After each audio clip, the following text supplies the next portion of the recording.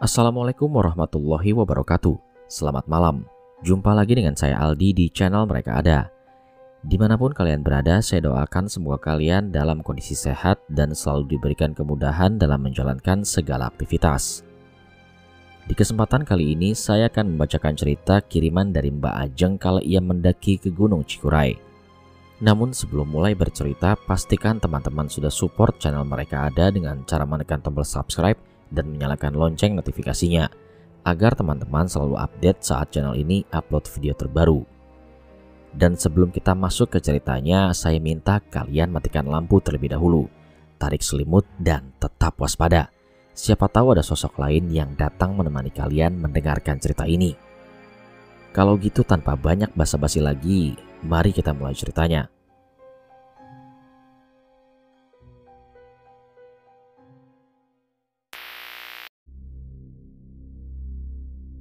Cerita kali ini dikirimkan oleh narasumber yang bernama Ajeng yang berasal dari Jakarta, di mana Ajeng ingin membagikan kisah pendakiannya bersama keempat teman sekolahnya.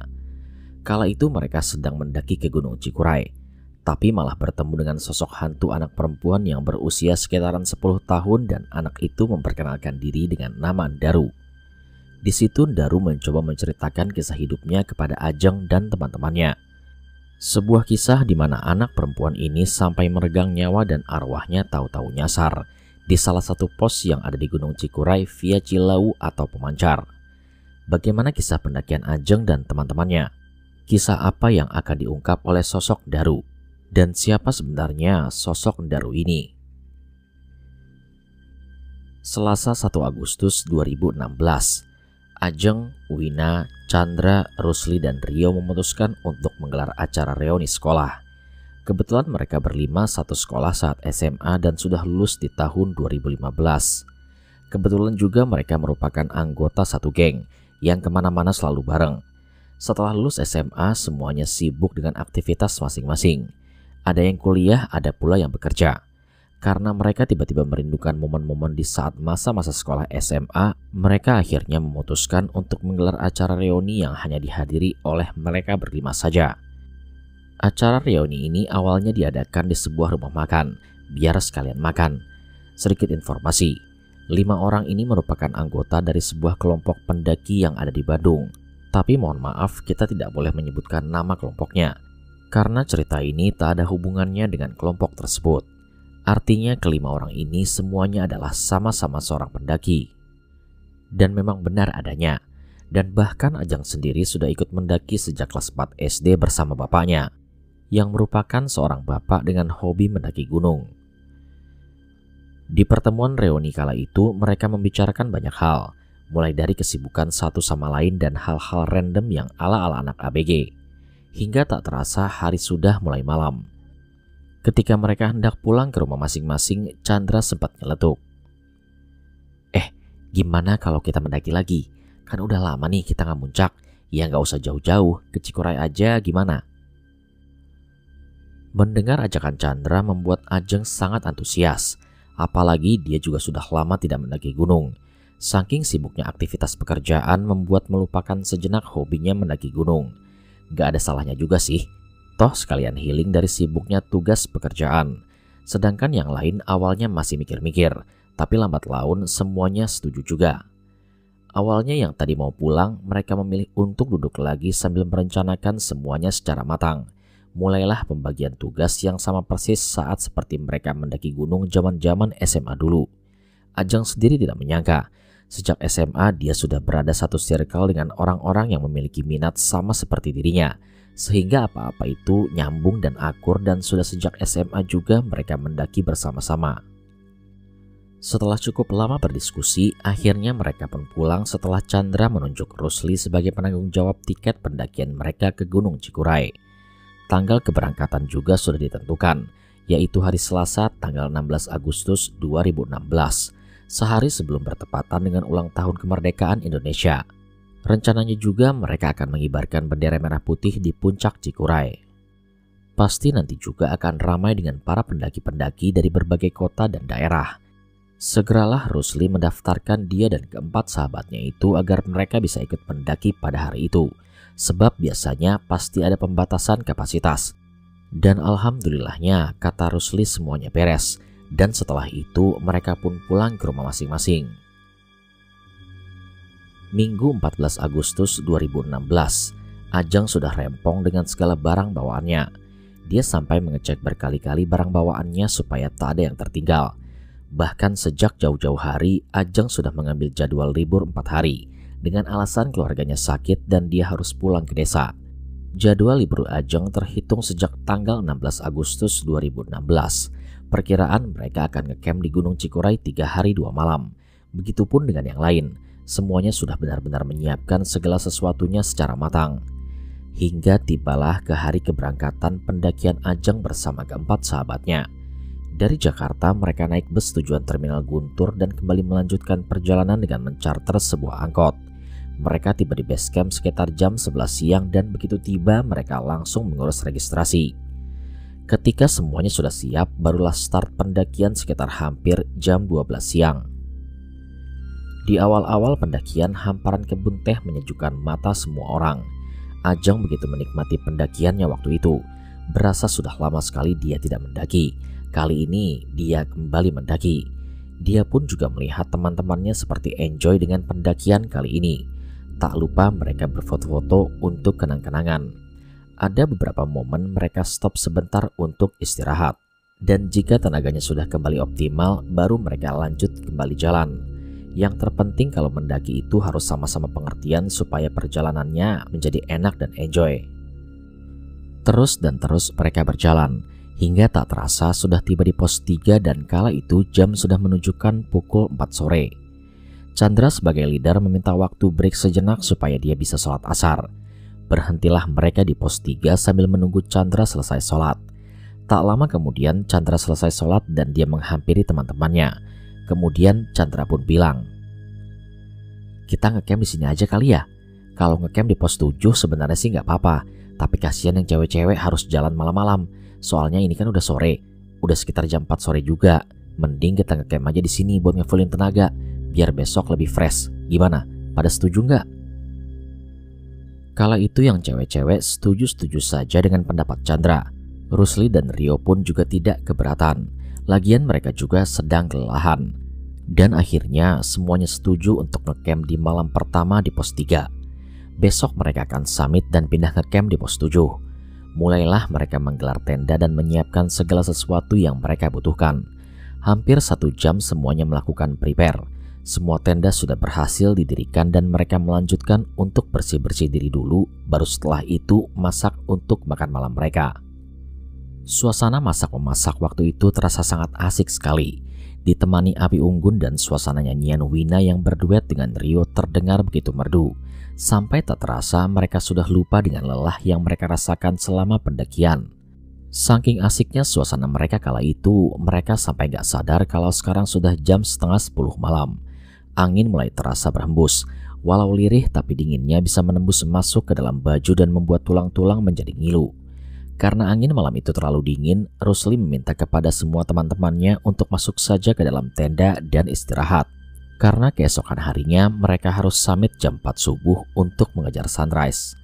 Kemudian masuklah mereka ke dalam tenda masing-masing. Ajeng satu tenda dengan Wina.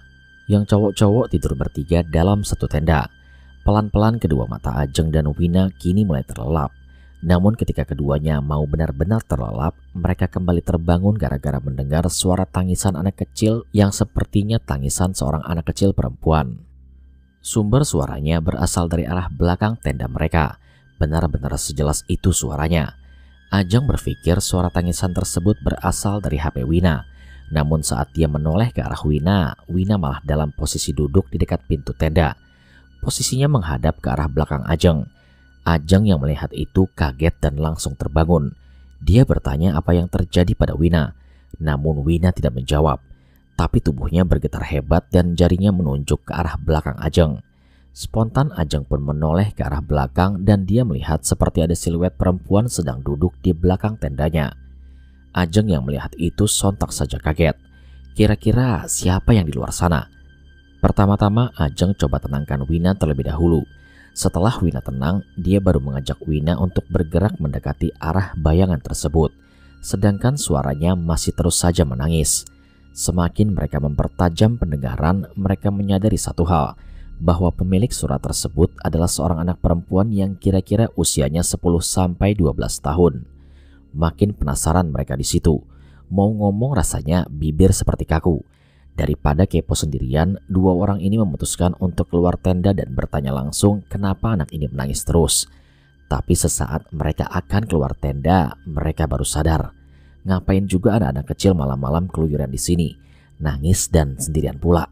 Akan tetapi di sisi lain mereka juga berpikir, bisa jadi memang itu benar anak manusia yang mungkin saja ikut mendaki orang tuanya lalu kesasar dan tak sengaja menemukan tenda mereka. Berhubung anak ini takut, jadi dia hanya bisa menangis. Gara-gara memikirkan anak itu, kepala mereka sampai pusing gak jelas. Alhasil daripada bingung sendirian, mereka tetap nekat keluar tenda untuk bertanya langsung dengan si adik itu. Untuk apa dia di sini malam-malam dan menangis seperti itu? Mungkin saja mereka berdua bisa membantu adik itu. Jalanlah Ajeng dan Wina menuju ke arah belakang tenda mereka. Dengan perasaan campur aduk, mereka tetap terus berjalan. Sampai mereka melihat ada seorang anak perempuan memakai dress warna merah tomat. Rambutnya lurus dan kulitnya terlihat sangat pucat. Anak itu duduk sambil memeluk kedua kakinya dan menundukkan wajahnya. Suara tangisannya semakin lama semakin membuat orang yang mendengarkannya juga ikut sedih. Waktu Ajeng sentuh pundaknya untuk bertanya, Ajeng merasakan kalau tubuh anak ini terasa dingin sekali. Karena kaget, dia sempat sedikit teriak dan membuat anak ini berhenti menangis. Anak ini mulai mengangkat wajahnya dan tangisannya benar-benar berhenti. Pertama kali Ajeng melihat wajah anak itu terlihat sangat cantik. Tapi lama-kelamaan wajahnya tahu-tahu berubah menjadi sangat menyeramkan. Dan setelah itu Ajeng tak ingat apa-apa lagi, sebab dia kesurupan. Kali ini kita berpindah ke sudut pandang Ajeng kala dia kesurupan. Sekali lagi, kali ini kita berpindah ke sudut pandang Ajeng kala dia kesurupan. Ajeng merasa tiba-tiba berada di sebuah tempat yang asing buat dia. Bukan tempat, melainkan sebuah rumah yang entah rumah siapa. Ajeng mengamati sekitar rumah itu. Lalu ada suara seorang ibu yang memanggil-manggil nama Daru dari arah belakangnya. Saat Ajeng menoleh, ternyata di belakangnya ada seorang ibu dengan wajah yang sangat manis. Rambutnya ikal keriting gantung dan pakaiannya sedikit kuno. Ibu-ibu itu seolah mendekat ke arahnya sambil membawa sepiring nasi. Seolah-olah ibu ini sedang mengajak dia berinteraksi. Tapi kenapa menyebut dirinya dengan nama Daru? Padahal nama dia kan Ajeng, bukan Daru. Lagian, Daru itu siapa? Ibu ini asik memaksa Ajeng untuk makan. Dengan begitu telaten, ibu ini mulai menyuapi Ajeng makan dengan sangat lembut. Ajeng di sisi lain tidak bisa berkutik apa-apa. Ketika nasi di piring itu habis, ibu ini berjalan izin ke belakang sebentar untuk cuci piring. Gak berselang lama datanglah seorang bapak-bapak dengan perawakan tinggi besar datang dan masuk ke dalam rumah. Bapak itu tersenyum ke arah Ajeng. Ajeng bingung dan hanya bisa membalas dengan senyuman. Karena penasaran, Ajeng mengekorlah dari belakang. Dia tidak sengaja melewati sebuah cermin. Ketika sepintas dia melihat ke arah cermin, betapa kagetnya dia saat mendapati wujudnya sekarang sudah menjadi anak usia 10-12 tahun. Ajeng berubah dan masuk ke dalam seorang tubuh anak perempuan. Yang dia sendiri ini gak kenal anak ini siapa. Waktu dia amati, sepertinya gak asing dengan wajah anak ini. Saat Ajeng sedang sibuk bercermin, dia mendengar ada keributan dari arah dapur. Dia pun sudah tidak fokus lagi dengan cermin dan langsung berlari mendekati dapur. Secara tidak sengaja, Ajeng mendengar percakapan kedua orang tersebut. Itu merupakan suara ibu tadi dan kemungkinan suara prianya adalah bapak-bapak berbadan kekar yang senyum kepada Ajeng tadi. "Jangan, Pak. Daru itu anak kita satu-satunya. Masa Bapak sampai hati?" Suara sang ibu diiringi dengan suara isak tangis. "Mau gimana lagi, Bu? Itu syaratnya kalau kita mau kaya. Itu yang dimau sama dukunnya." "Pak, kita memang bukan orang berada dan semua orang pasti pengen kaya, termasuk kita. Tapi tidak dengan cara seperti ini, Pak. Ini Daru loh, Pak. Darah dagingmu sendiri." "Cukup, Bu. Cukup. Hutangku sudah di mana-mana. Dan semua ini untuk menutupi kebutuhan kita semua. Kalaupun Daru harus pergi, kita masih bisa punya anak lagi. Dan tinggal kita kasih nama yang sama, yaitu Daru. Apa susahnya sih, Bu?" Percakapan mereka berakhir dengan suara bantingan barang-barang, lalu si bapak pergi entah kemana dengan ekspresi yang sangat marah. Andaru. Ajeng memang masih belum paham dia berada di situasi seperti apa saat ini. Tapi setidaknya dia tahu kalau tubuh anak yang dia masuki ini bernama Andaru. Mendengar suara si ibu itu menangis histeris, Ajeng tidak tega. Dia dekati si ibu dan dia peluk si ibu itu. Tangis si ibu itu semakin menjadi-jadi di pelukan Ajeng. Ajeng sampai tak bisa menahan tangisnya. Singkat cerita, hari pun berganti menjadi malam. Ajeng khawatir kalau dia tidak bisa kembali ke tubuh aslinya. Tapi dia mulai merasa aneh dengan badan anak ini. Entah kenapa, tahu-tahu dia demam dan rasanya sangat panas sekali. Awalnya Ajeng masih bisa menahan.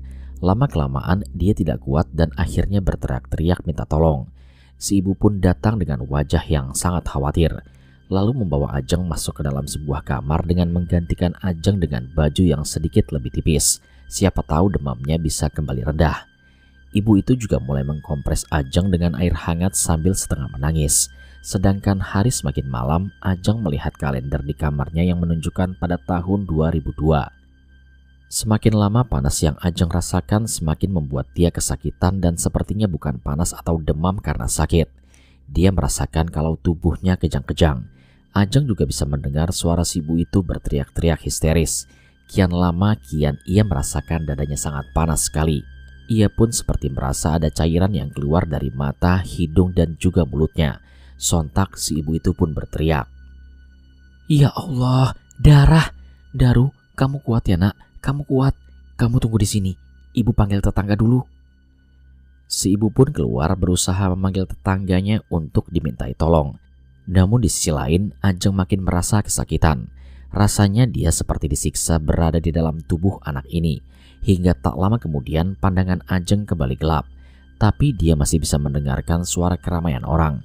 Dan saat ia membuka mata, ternyata dirinya sudah berbentuk arwah tapi wujudnya dia sendiri, bukan anak kecil lagi.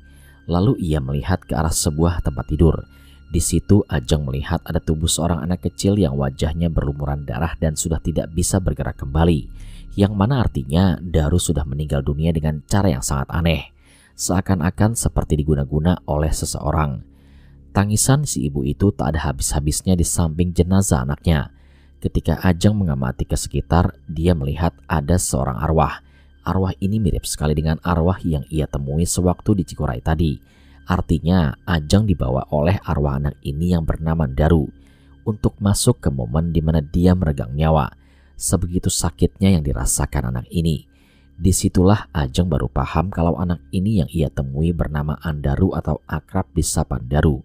Arwah Daru mendekat ke arah Ajeng dan langsung menggandeng Ajeng untuk masuk ke sebuah ruangan, di mana itu ruangan pemujaan yang dilakukan oleh bapaknya. Bapaknya mengikuti semacam ritual supaya cepat kaya dengan cara menumbalkan anak pertamanya sendiri. Itulah kemungkinan sebab kenapa Daru bisa meninggal dunia dengan cara yang tidak wajar. Secara Daru seperti anak yang sehat secara fisik. Tahu-tahu begitu tanpa sebab dan tak ada sakit apa-apa sebelumnya. Ajeng masih belum paham kenapa arwah Daru bisa berada di Gunung Cikuray. Dia pun memberanikan diri untuk bertanya. Dan Daru pun bercerita kalau kala itu arwahnya masih bergentayangan di sekitar daerah rumahnya. Sedangkan banyak sekali bayi-bayi yang katanya sampai terkena sawan karena keberadaan sosok-sosok seperti dia. Kemudian beberapa orang berinisiatif memanggil seorang dukun dan ditugaskan untuk membersihkan area sekitar.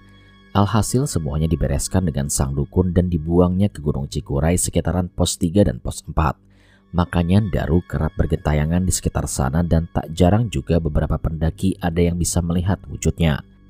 Karena energinya sudah tak bisa berlama-lama di rumahnya lagi, entah bagaimana bisa Ajeng merasakan seperti tertarik mundur hingga pandangannya gelap untuk kesekian kalinya.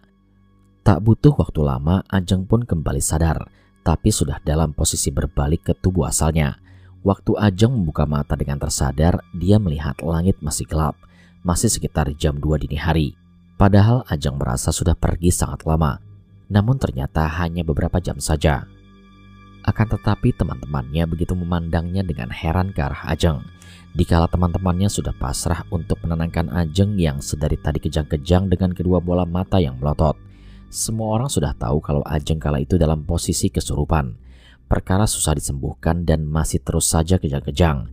Mau tak mau kedua tangan dan kedua kaki Ajeng ditali menggunakan baju teman-temannya yang saling disambungkan satu sama lain. Mereka sudah pasrah dan setidaknya menunggu hingga pagi. Mereka akan bekerja sama menandu Ajeng turun sampai ke base camp. Tapi alhamdulillahnya setelah itu Ajeng pun tersadar. Pertama kali yang Ajeng katakan ketika dia tersadar adalah, "Anak itu bernama Andaru." Sontak teman-temannya agak bingung, tapi sepertinya Wina paham dan dia memilih untuk mengangguk sambil tersenyum. Menurut sudut pandang teman-teman Ajeng kala Ajeng kesurupan, Ajeng tahu-tahu teriak sangat keras sekali dan kejang-kejang. Matanya melotot dan dia hampir menggigit lidahnya sendiri. Mulut Ajeng sampai sempat disumpal dengan bajunya yang dia ambil dari tasnya Wina. Dibacakan surat Al-Quran apapun juga tidak mempan. Yang ada tubuh Ajeng malah menjadi sangat panas sekali. Panas itu setara dengan air mendidih. Hingga akhirnya semua orang pasrah manakala melihat seluruh urat di tubuh Ajeng keluar semua di permukaan kulit. Lalu matanya terus melotot sampai memerah, sama sekali tidak berkedip. Dicoba untuk dipejamkan malah susah. Kalau dipaksa nanti kasihan di Ajengnya. Akhirnya ya sudah, mereka biarkan apa adanya. Alhamdulillah gak berselang lama Ajeng tenang dengan sendirinya dan tahu-tahu sudah siuman. Semua orang menarik nafas lega akan hal itu. Ajeng langsung disuruh minum teh hangat dan diajak masuk ke tenda untuk istirahat. Gara-gara kejadian itu seluruh teman Ajeng khawatir dengan kondisinya. Mereka semua pun sepakat untuk turun saja keesokan paginya. Ditakutkan kalau apa yang dialami Ajeng semalam terulang kembali. Karena kesurupan Ajeng malam itu benar-benar sangat ekstrim sekali, membuat mereka semua tidak percaya. Ternyata Ajeng juga bisa kesurupan semudah itu. Ajeng sendiri pun tidak paham kenapa sosok itu mengajaknya untuk melihat kejadian waktu itu. Apa mungkin dia hanya sebatas ingin bercerita, atau memang ada sesuatu yang lebih ingin dia beritahukan kepada Ajeng. Wallahu alam. Alhamdulillah keesokan paginya sekitar jam 8.30 semuanya kembali turun menuju base camp dan mengurungkan niatnya mengibarkan bendera merah putih di puncak. Ajeng berkali-kali minta maaf.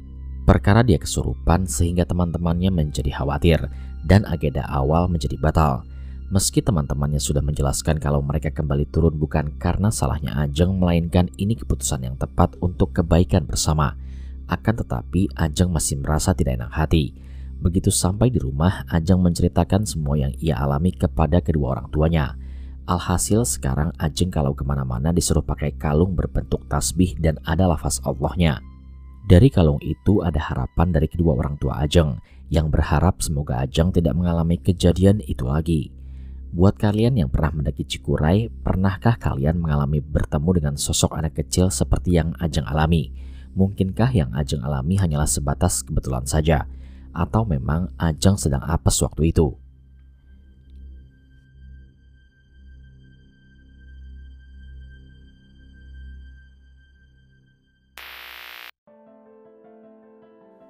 Sekian cerita pada kesempatan kali ini. Kadang kesulitan ekonomi membuat akal dan pikiran kita tidak digunakan dalam mengambil segala keputusan. Bahkan sampai rela mengorbankan darah daging sendiri. Semoga apa yang dialami oleh Andaru tidak dialami oleh kita semua. Terlepas cerita ini nyata atau tidak, alangkah bijaknya kita ambil sisi positifnya saja. Semoga kita terhindar dari perbuatan-perbuatan semacam itu. Terima kasih kepada teman-teman semua yang sudah setia menyimak cerita di channel Mereka Ada. Pastikan teman-teman support channel Mereka Ada dengan cara menekan tombol subscribe dan menyalakan lonceng notifikasinya, supaya saya makin semangat membacakan kisah horor untuk teman-teman semua. Kalau gitu sampai di sini dulu perjumpaan kita kali ini. Sampai bertemu pada episode selanjutnya. Saya Aldi pamit undur diri dari hadapan kalian. Wassalamualaikum warahmatullahi wabarakatuh.